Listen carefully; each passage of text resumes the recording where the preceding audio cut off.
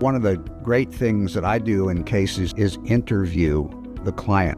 So I hear the story, I look some things up, I get a clear picture, and try to get the information that we need to see if we can make a case.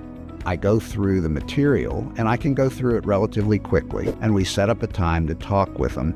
I talk with them as though I were talking with them prior to taking care of their baby. I've practiced that over the years. I'm able to talk with them and get things from them, or maybe some other lawyer didn't get. And it's very important to do that, because once a person commits themselves to a certain story, it might be tough to get them off that story. You have to be very careful in how you build that story.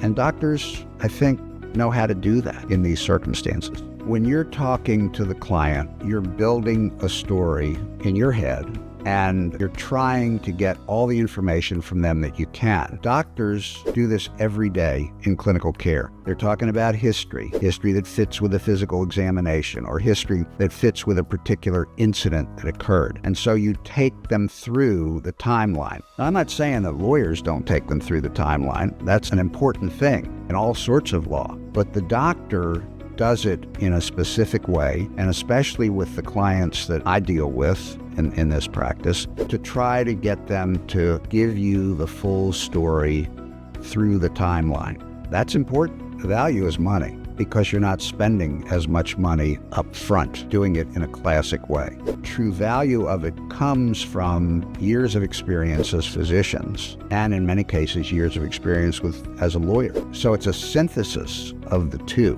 Many of us can do, I would say probably all of us within this group.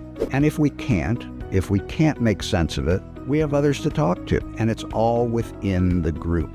It's not like you have to call somebody up and say, well, how much is it going to cost me to do this? We're all working together to make it easier for the client.